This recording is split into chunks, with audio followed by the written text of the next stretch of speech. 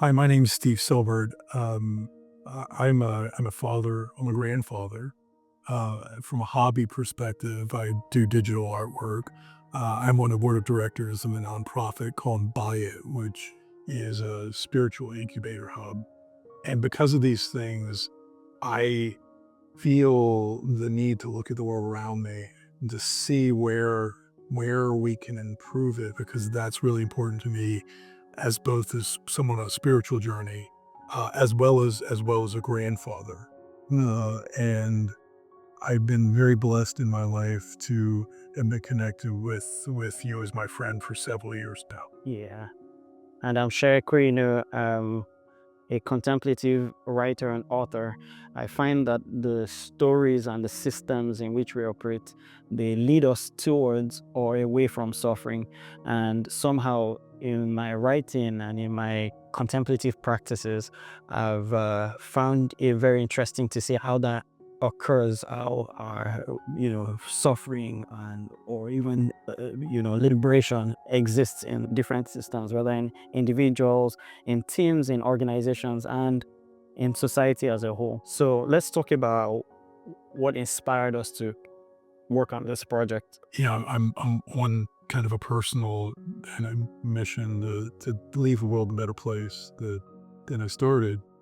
And looking around and seeing so many broken things out there, and so many people who were suffering, and really started to think about who those people were, and finding that, well, we're talking about marginalized groups. So we're talking about those on the edges that are underrepresented, those whose voices are either silenced or, I think you use the word, suppressed. And go, wow, there's a lot of pain and suffering out there. And it's been much more um, upfront and in your face with the last election and the results. And I started thinking, I'm just a guy, right? There's some things that I can do, but the impacts of what I can do individually are small.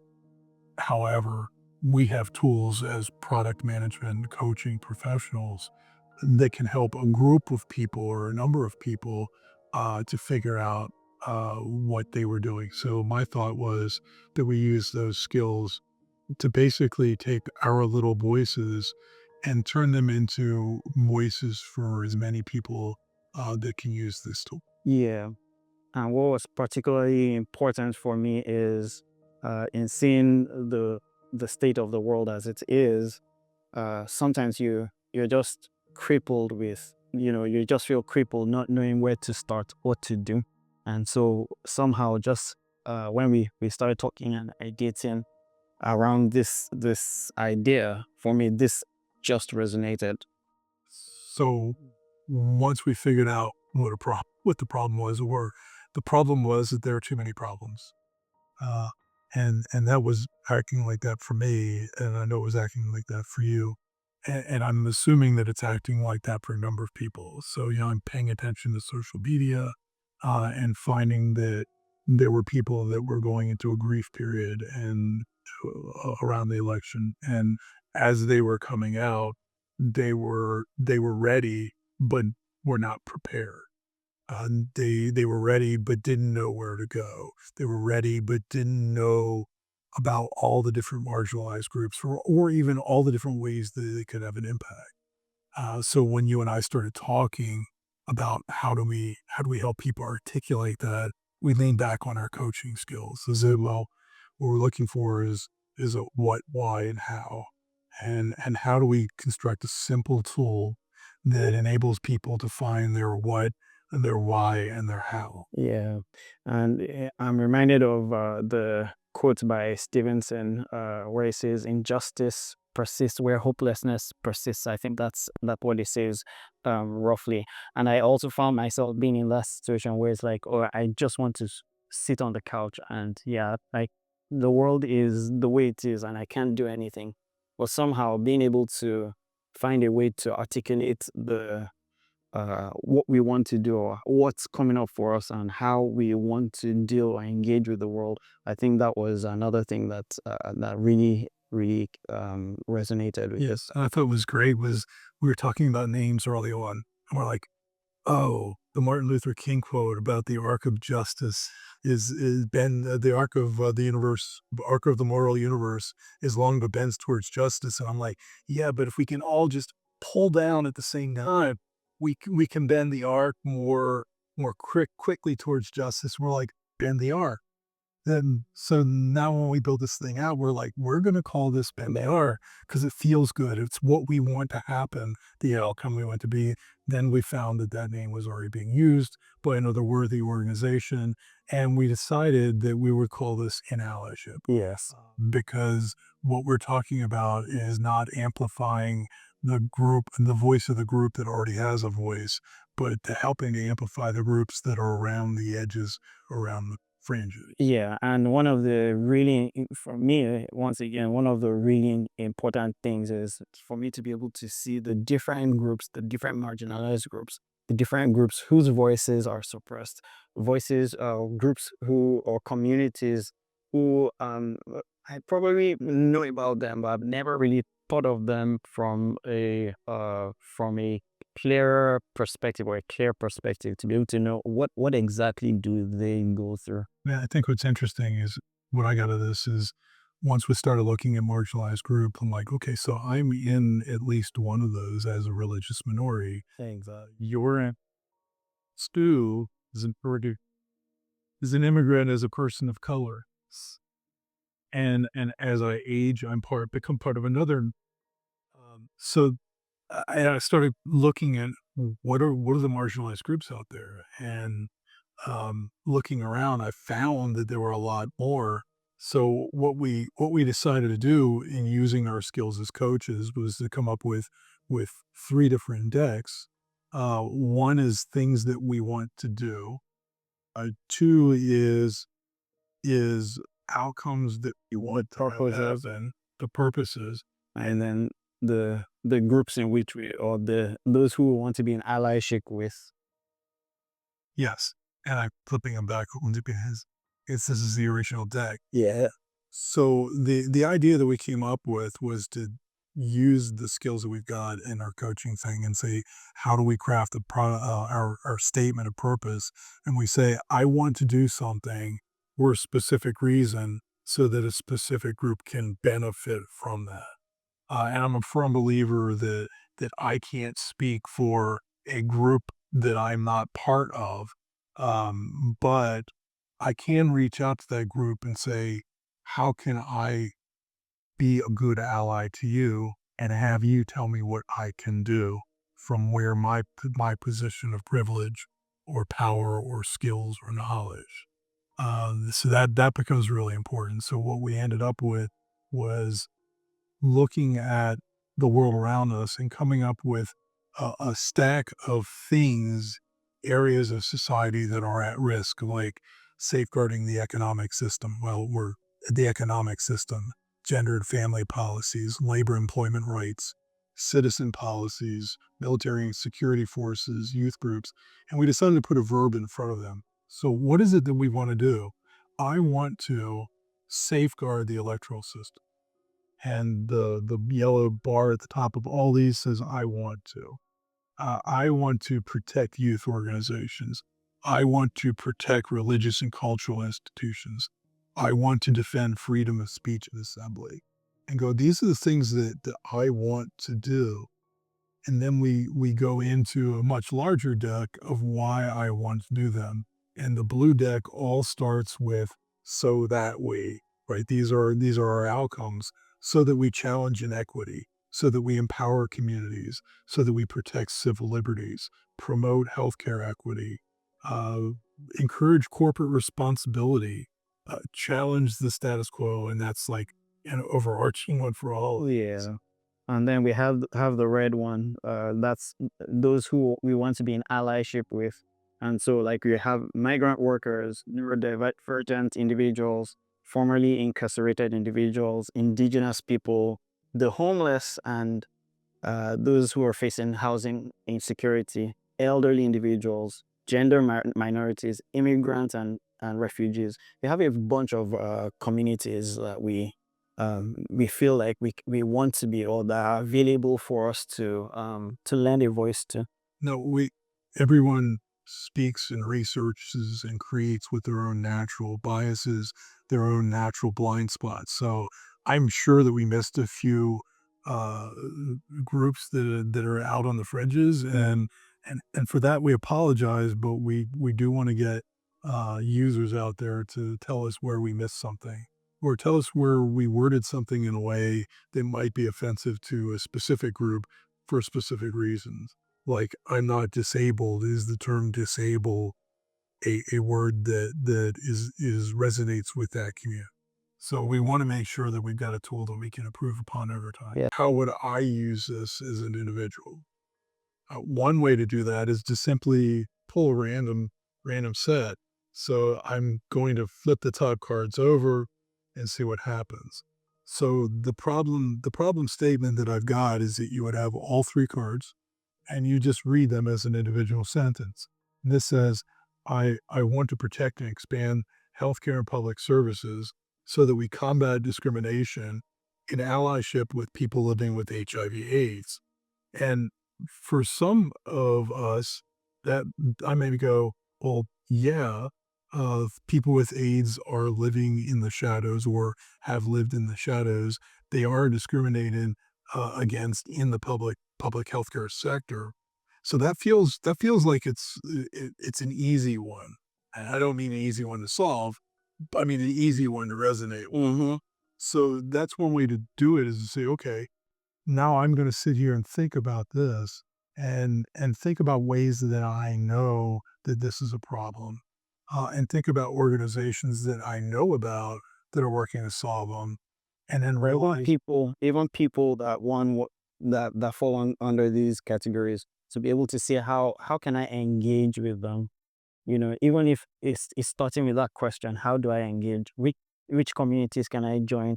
Which groups can I lean towards or lean into? and we've got a really great way of answering, or maybe not answering that question, but we're finding more clarity around that is our search engines on the internet. Yeah, Right. exactly. So what I found is literally putting health in the search bar, putting healthcare and public systems, discrimination, HIV/AIDS. It's going to give you a list of problems out there in this space. It's also going to very much in the search results top page give you a list to give you some organizations that are out there working in this space. And at that point, you can decide how you want to engage, who you want to engage with.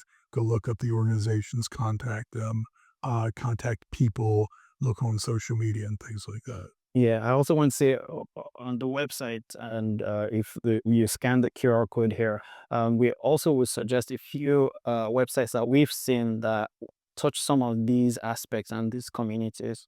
Okay, so let's say that we're in small heart youth group at a church or a synagogue or a mosque, uh, an organization that maybe it's just you and your friends and the book club, or some other group that's kind of become a bit static in the social action area and wants to kind of figure out a new way.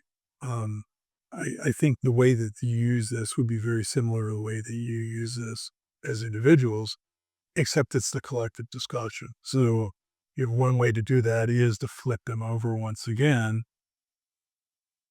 and say, okay, so maybe instead of I want to, it's we want to.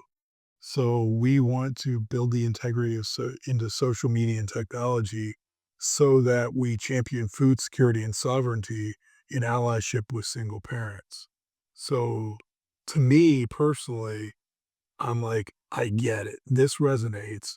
Sovereignty and security for single parents, that very much resonates. I want to think about how building integrity in the social media and technology works for this. Well, we're in a group setting, so why don't we? Who resonates across all three? If everybody resonates with these two, let's have a deeper discussion on social media and technology and how building integrity can be used to help parents out with food security. Hmm. In fact, it could even be an activity. What are the things that we can possibly do? Let's share all on that. Let's dot vote. Done vote. And the same thing holds true at the back end. It may be that once we figured out areas about social media and how these connect together to us as a group, that we go out and take those search terms, put them together, pop them in the search engine, and find areas in our neighborhoods. Yeah. I mean, look, it could be that we want to figure out ways to uh, promote and advocate for food banks in our area. How do we get how do we get hit counts for them up so that there's awareness so that we can drive more donations or more users on the back?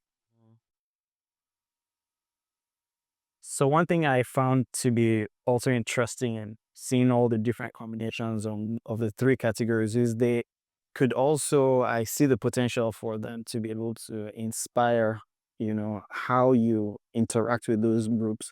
What are the what are the different purposes that I can see that fit into one of the communities, or how I engage with the communities?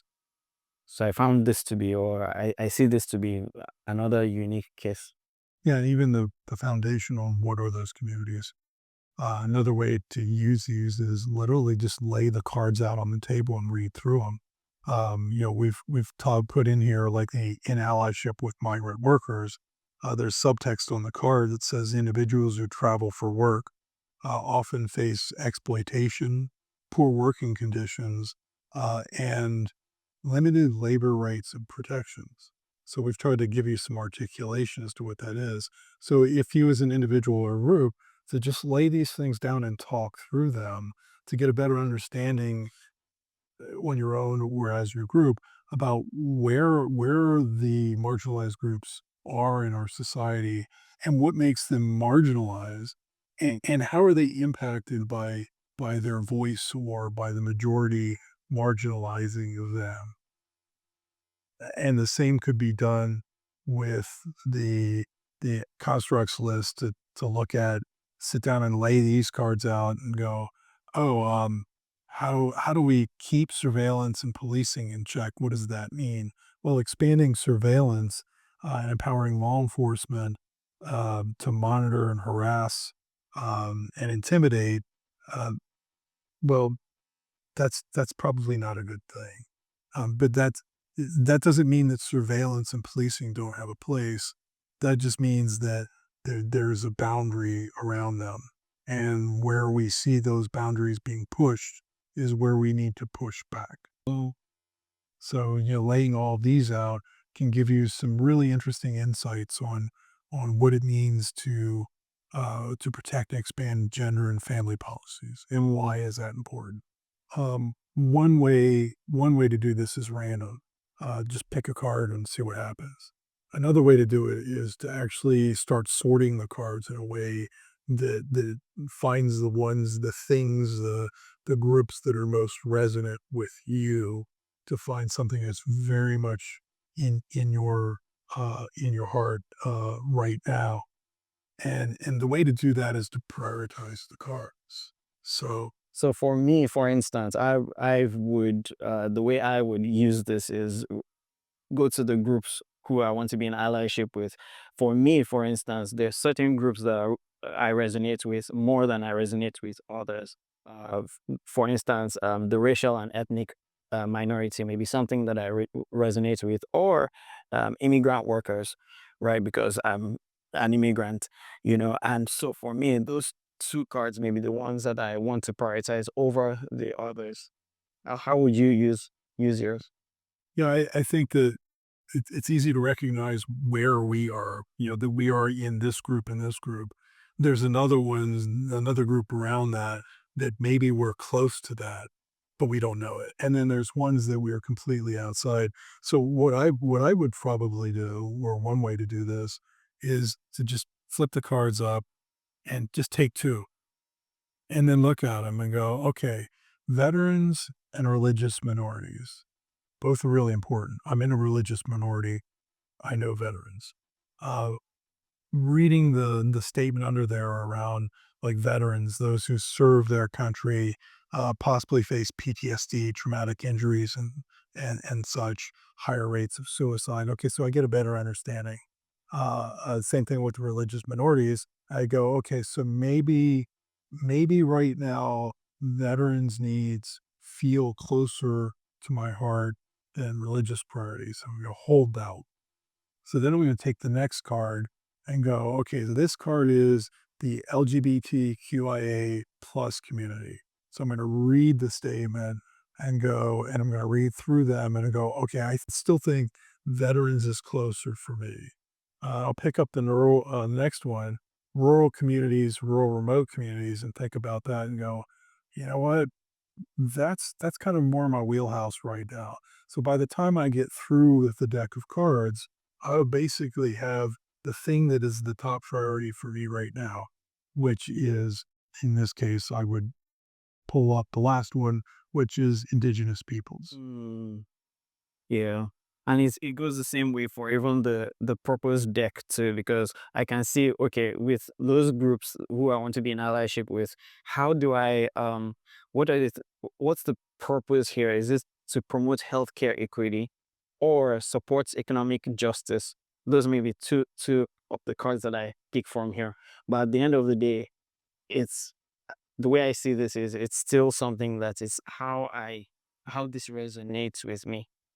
Yeah, I think the challenge is that we all have emotionally.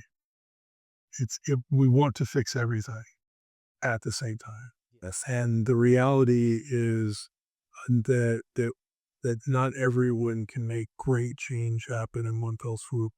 But we can all make small changes with love. That was a Mother Teresa thing. Uh, and being able to look through these and see that there are so many different ways that we can get involved, and pick one or two so that you're not overloaded as an individual or as a group. And that's one way to do it, is just kind of sort through them to find a priority. Mm. But Okay, I've got three cards. I see you've got three as well. What mhm. do yours say? So mine says, I want to um, build integrity into media and information so that we raise general awareness in allyship with religious minorities. Interesting. Mine says, I want to safeguard the educational system so that we promote educational equity and allyship with formerly incarcerated individuals. So what about this resonates with you, your statement? So for me, I feel like they're really religious minorities and people who feel like they're because of what they believe in, they're not able to have a voice, right? So for me, I want to hold this and say, what are the ways in which I can raise general awareness? Who are those I can reach out to? How do I even find more information about these groups? Yeah, and the integrity around media and information in that respect is interesting to me. I find that interesting because how do we make sure that not only is it the right information, 'cause there's a lot of falsehoods out there, Exactly. but make it in a way that the information is available, because it's great that it's out there and it's right, but if nobody sees it, then the general awareness is gone. Exactly. So What's yours? mine is around education equity for formerly incarcerated. I've read statistics on recidivism, and those states that have have promoted Wait, what do you call it? Racist? recidivism. Oh, okay. It's a hard Never word. heard that. It basically means that I'm convicted, I go to prison. When I come out, I go do something again and go back into the prison system. So, it's just look at that from an economic perspective. That means that society is basically blowing up the populations in our prisons, whether it's because of people who are wrongfully imprisoned, or because of the system is set up to throw more people in prison, or because once people are in prison, they're stuck, and when they come out, they don't have ways of making sure that they themselves are lifted up to stay out of prison. So I know that there's an education equity, and that's not equality, that's equity. We need to invest more money, and more energy in folks who are in the system, and those folks that are coming out that are formerly incarcerated, to be able to give them the tools and the opportunities to get the education that they need or one to be able to stay out and build lives going forward for them. So that becomes really important. We decided to release this in under the label of Buy It Games, which Buy It is the name of the nonprofit that I'm on the board of directors on. And we did that because the purpose of the games side of Buy It is to provide introspective and possibly spiritual tools that are not dictatorial, that are not lectures, they're actually interactive tools. So using Buy It as the umbrella platform felt that it was a good match. So we've created a web page on the Buy It website, which is yourbuyit.org/in-allyship. It's got more information on all the videos that you're seeing now, because Yeah. you're probably seeing them now because you're on the Buy It site, Yeah. along with how to use it and where to actually purchase the game. Yeah. So that's yourbuyit.org/in-allyship. And to be clear, when we're using the word game, we don't mean it like a board game like Monopoly. We mean it as an interactive tool that's there for a purpose, and that becomes much more powerful than just Monopoly. Yeah, I think I also want to add here also that we're also going to put links on the website to other resources that can help one to do something, take this from just crafting your idea to which communities can I, or which websites can give me more information on whichever combination it is that one is interested in. Yeah, because we can't make this thing all inclusive. We decided to focus on building a really good tool to be able to get you to those groups that are actually doing the work, the sacred work, and improving the world around us. That's not our sweet spot. There are a lot of groups that are doing that now. Yeah. One thing that I also don't want us to forget is we would obviously like feedback. We want to see how this resonates with people.